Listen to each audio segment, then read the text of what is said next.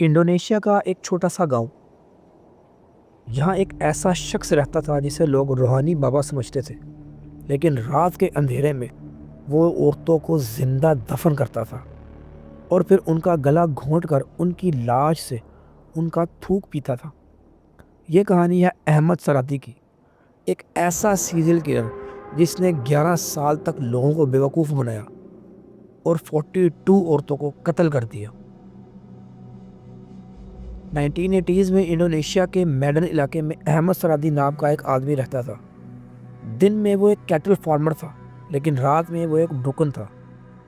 Indonesia की ज़ुबान में डोकन यानी रूहानी इलाज करने वाला बाबा, और लोग उसके पास जाते थे पैसा, मोहब्बत, हिफाजत और जादू के लिए।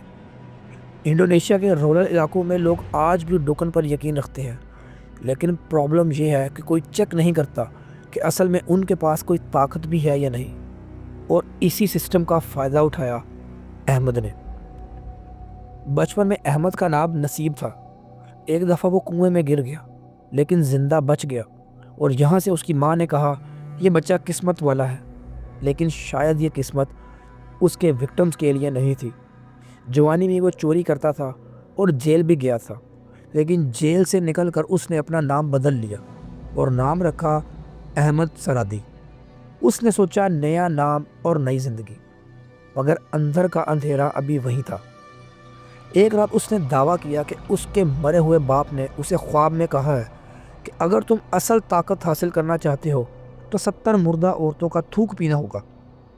और यहाँ से ही उसका जुनून शुरू हुआ। पुलिस इन्वेस्टिगेशन के अंदर बाद में उसने कहा कि मेरे बाप ने मुझे कत्ल करने को नहीं कहा था, मगर अगर मैं वेट करता तो 70 तक पहुँचने में बहुत टाइम लग सकता था, और इसीलिए मैंने खुद फैसला किया। उसके पास ज़्यादातर औरतें आती थी जो अपने शोहर को वफादार बनाना चाहती थी या फिर पैसों की तलबगार थी। वो रात को उन्हें गन्ने के खेत में ले जाता था और उन्हें कहता था कि ये रिचुअल का हिस्सा है, तुम्हें ज़िंदा दफन होना होगा। औरतें पागल थी और मान जाती थी। वो उन्हें गर्दन तक ज़मीन में दबा देता था और फिर पीछे से आता और एक हाथ मुंह पर और एक हाथ गर्दन पर, और धीरे धीरे उनका गला घोंट देता, और फिर वो उनका थूक पीता था और लाश को दोबारा दबा देता था। और इसी तरह किसी को शक भी नहीं होता था। 1986 से 1997 तक एक के बाद एक औरतें अचानक गायब होती गई। सब छुप छुप के इसी के पास आती थी और कभी वापस नहीं जाती थी। और इसकी सबसे छोटी विक्टिम थी सिर्फ 11 साल की लड़की। और इस तरह इसने टोटल 42 मर्डर्स किए। 1997 में एक लड़की सिरी कमाला उसके पास गई और कभी वापस नहीं आई। और 3 दिन के बाद एक किसान को अपने खेत में से बदबू आई। ज़मीन खोदी गई और उसके अंदर से सिरी कमाला की लाश मिली। इन्वेस्टिगेशन टीम आई और इन्वेस्टिगेशन दोबारा स्टार्ट हो गई। रिक्शा ड्राइवर को ढूंढा गया और रिक्शा ड्राइवर ने बताया कि उसने लड़की को अहमद के घर छोड़ा था। पुलिस ने घर की तलाशी ली, ज्वेलरी, हैंडबैग्स, और फिर फाइनली खेत खोदा गया। 16 लाशें मिली। फिर और मज़ीद खेत को खोदा गया और टोटल 42 लाशें मिली, और सब की गर्दन अहमद के घर की तरफ थी। अहमद और उसकी बीवी को फ़ौरन गिरफ्तार कर लिया गया और इनको मौत की सज़ा मिली। 10 जुलाई 2008 को उसे रबर प्लांटेशन में ले जाकर फायर स्क्वाड ने गोली मार दी, लेकिन मरने से पहले उसने कहा कि मैंने तौबा कर ली है। लेकिन 42 ज़िंदगियाँ वापस नहीं आ सकती थी। इंडोनेशिया में और भी डोकन किलर पकड़े गए।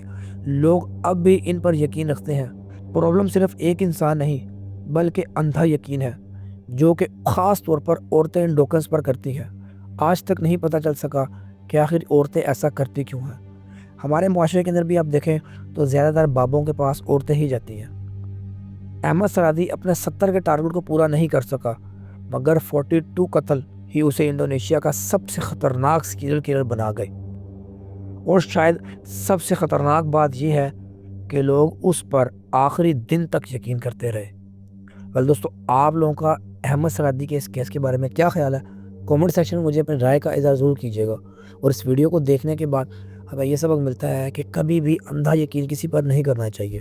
तो अगर आप लोगों को लगता है कि आप लोगों के दोस्तों में से या आप लोगों की फैमिली में से कोई इंसान जो ऐसे बाबों के ऊपर यकीन रखता है, तो उसको ये वीडियो ज़रूर भेजें। کیونکہ جو ہمیں دکھایا جا رہا ہوتا ہے وہ حقیقت نہیں ہوتی۔ ملتے ہیں اسی طرح کی اگلی ویڈیو میں، تب تک کہ اپنا خیال رکھیے۔